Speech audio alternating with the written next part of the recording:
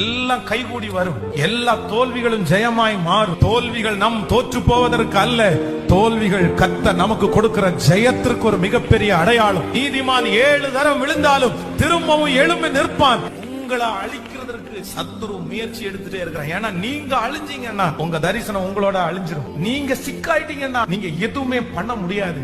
அதை நல்லா தெரிஞ்சு வச்சிருக்கிறவன் யார் அப்படின்னா பிசாசு. பிசாசு அதனாலதான் உங்களுக்கு முன்னாடி நடக்கிற தோல்வி எல்லாம் காமிச்சு உனக்கு எல்லாமே போயிடுச்சு, நீ எல்லாத்துலயுமே ஃபெயிலியர் ஆயிட்ட, நீ நினைச்சது எதுவுமே நடக்காதுன்னு உங்களை ஒவ்வொரு நாளும் அப்படியே நெகட்டிவ்லே கொண்டு போவான். ஆனா ஆண்டவர் என்ன சொல்றாரு அப்படின்னா, அப்படி இல்ல தேவ பிள்ளையே, நீ ஒன்னும் கவலைப்பட வேண்டிய அவசியம் இல்லை.